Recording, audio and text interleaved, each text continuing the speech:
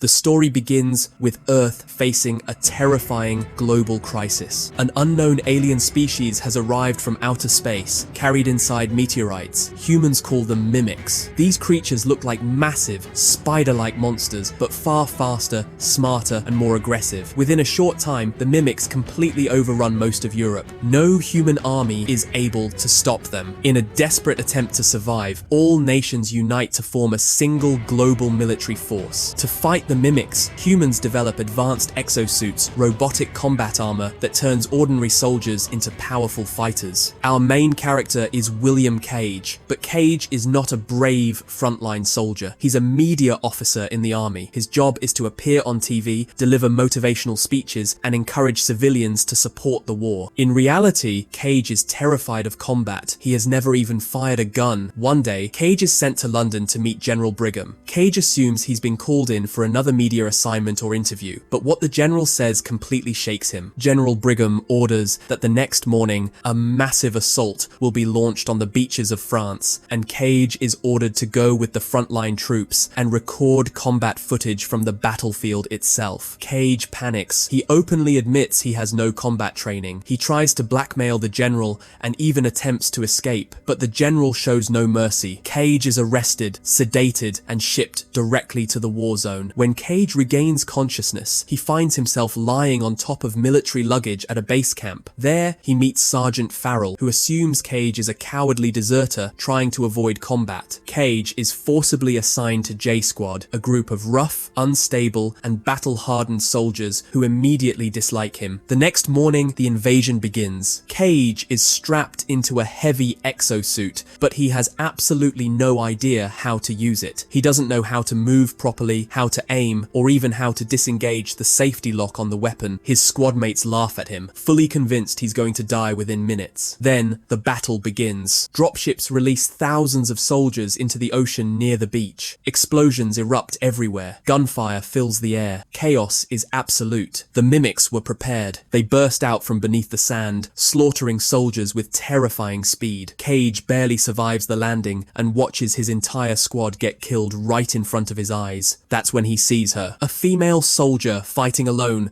with a massive sword cutting through mimics effortlessly. Her name is Rita Vrataski. She is a legendary warrior known across the world as the Angel of Verdun. But moments later, even Rita is killed in battle right before Cage's eyes. Paralyzed by fear, Cage suddenly encounters a massive blue mimic. This is an alpha mimic, far stronger and more dangerous than the others. In pure desperation, Cage grabs a mine and detonates it, killing both himself and the alpha. As the explosion occurs, the alpha's blue blood splashes all over Cage. Cage dies, screaming in pain. But then something impossible happens. Cage suddenly wakes up, back on the luggage pile, at the exact same moment as before. At first, he believes it was just a nightmare, but everything happens exactly the same way. The same sergeant, the same words, the same events. Cage goes into battle again and dies again. Over and over, Cage keeps dying, and every time he wakes up at the start of the same day. That's when he realizes the truth. He is trapped in a time loop. Every time he dies, the day resets. During one loop, Cage tries to save Rita, but gets injured. Rita coldly leaves him behind without helping. But after dying countless times and learning from every battle, Cage finally manages to save Rita from death. And that changes everything. Rita is stunned by Cage's behavior. She can't understand how Cage knows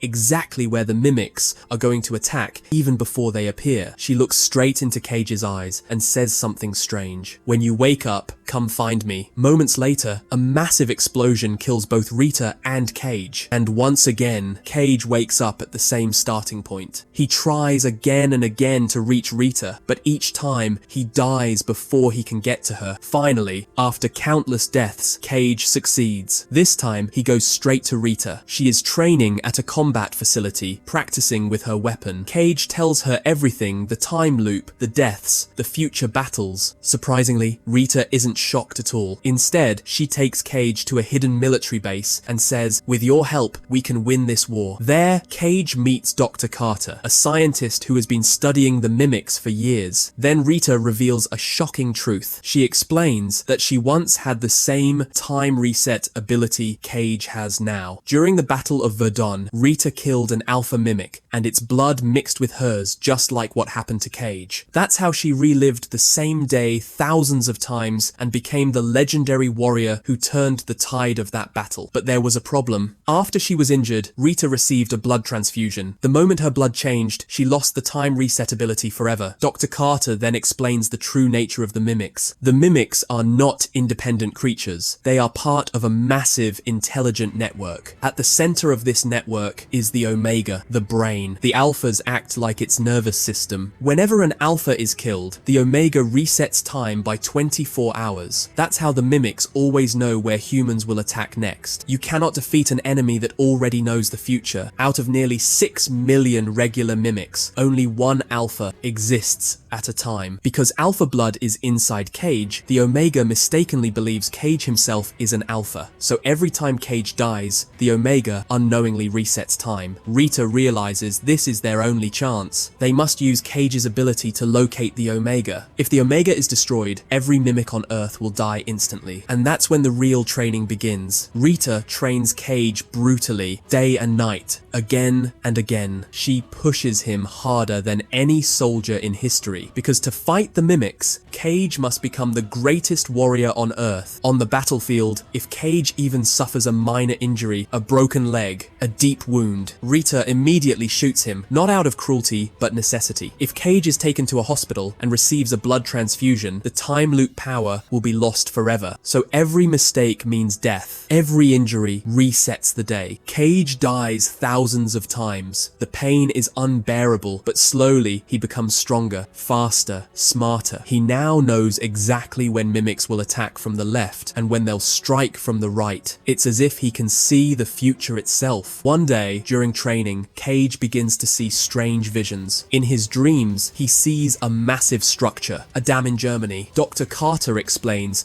that when the Omega realizes someone has stolen its power, it sends fragmented visions through time. That dam is where the Omega is hiding. Now Cage and Rita must plan the impossible. They have to cross the battlefield, survive the beach, and reach Germany to destroy the Omega. But this mission will be anything but easy. They try again and again, hundreds of times. But every single time, Rita dies. Cage keeps dying too, trying desperately to save her. After countless failures, one timeline finally works. They manage to cross the beach and reach an old farmhouse. Inside, they find a helicopter. Cage is completely exhausted. He makes coffee for Rita. Rita freezes in shock when she realizes Cage knows exactly how many spoons of sugar she takes. That's when Cage quietly admits the truth. They have been to this farmhouse hundreds of times before, and every single time Rita dies here. Cage has fallen in love with her. He can't take it anymore. He tells her, "I don't want to go forward. I know what happens next. You die every time." But Rita doesn't hesitate. She tells him, "If we stop now, the entire world ends. We have to finish this." As Rita tries to fly the helicopter, the mimics attack again. Rita is killed once more. Cage is left alone, broken and devastated. He makes a decision. Next loop, he doesn't tell Rita anything. He goes alone to destroy the Omega. Using the visions, Cage reaches the dam in Germany, convinced this is the end. But there is no Omega. It's a trap. An alpha mimic attacks him. The aliens plan to capture Cage, drain his blood, and take away his time reset ability. With no escape, Cage drowns himself, and the loop resets. That's when he realizes the truth. The visions were fake. The Omega is hiding somewhere else. Cage tells Rita everything. They realize there is only one way to locate the Omega for real. A device created by Dr. Carter called the transponder. But there's a problem. The transponder is locked inside General Brigham's vault. Cage and Rita attempt to break into the general's office again and again. Sometimes they're arrested. Sometimes they're shot and killed. After thousands of tries, they finally succeed. Cage proves he knows the future by repeating every word the general is about to say before he says it. Forced to believe him, the general hands over the device. As they escape, military forces chase them down. While inside the moving moving vehicle, Cage stabs the transponder into his leg. The device activates, and suddenly Cage sees it. The Omega is hiding beneath the Louvre Museum in Paris, deep underwater, but then disaster strikes. Their vehicle crashes. Cage loses consciousness. When he wakes up, he's in a hospital bed, and the worst possible thing has happened. Doctors have given him a blood transfusion. The alien blood is gone. The time loop is over. No restarts. No second chances. Cage has only one life left. Cage and Rita escape the hospital. Rita looks at him and says, "You're human now, just like the rest of us, and we're out of time. Tonight, we end this." They go to Cage's old J squad. At first, the squad doesn't trust him, but when they see Rita, the Angel of Verdun, they agree. Knowing this could be their final mission, the team boards a stolen aircraft and heads toward Paris. As they reach the skies over the city, thousands of mimics attack. The plane crashes. One by one, the squad members sacrifice themselves so Cage and Rita can reach the Omega. The same soldiers who once laughed at Cage now give their lives to save the world. At last, Cage and Rita reach the underground parking structure beneath the Louvre. Below them, submerged in water, the Omega waits. But guarding it is a massive blue Alpha. Rita knows the truth. For Cage to reach the Omega, someone has to distract the Alpha. She says goodbye. "I wish we had met under better circumstances." Then Rita charges forward, using herself as bait. She dies in battle, drawing the Alpha away. Cage is alone. Darkness, water everywhere. The Alpha spots him and attacks. Cage dives underwater, reaching the Omega just as the Alpha strikes him in the chest. But Cage is ready. In his hands, grenades. He pulls the pins and throws them into the Omega. A massive explosion erupts. The Omega is destroyed, and in that instant, every mimic on Earth collapses lifeless. Humanity is saved. As the Omega explodes, its dark blue blood mixes with Cage's once again. His vision fades, and then Cage opens his eyes. This time, he's not on the luggage pile. He's back on the helicopter from the beginning of the movie, the moment before everything started. On the screen, breaking news reports that a mysterious explosion in Paris has wiped out all alien forces. The war is over. Humans have won. Cage realizes that time reset one final time, but now the aliens are completely defeated. He arrives in London as a major. He finds his old squad alive, joking, unaware of the countless times Cage died for them. Finally, Cage goes to Rita. She's training, just like always. She doesn't recognize him. She asks, "Can I help you, sir?" Cage simply smiles, tears in his eyes, because he knows this time they get to live. This was the incredible story of Edge of Tomorrow. So tell me, if you had the power to rewind one day of your life, which day would you choose? Let me know in the comments.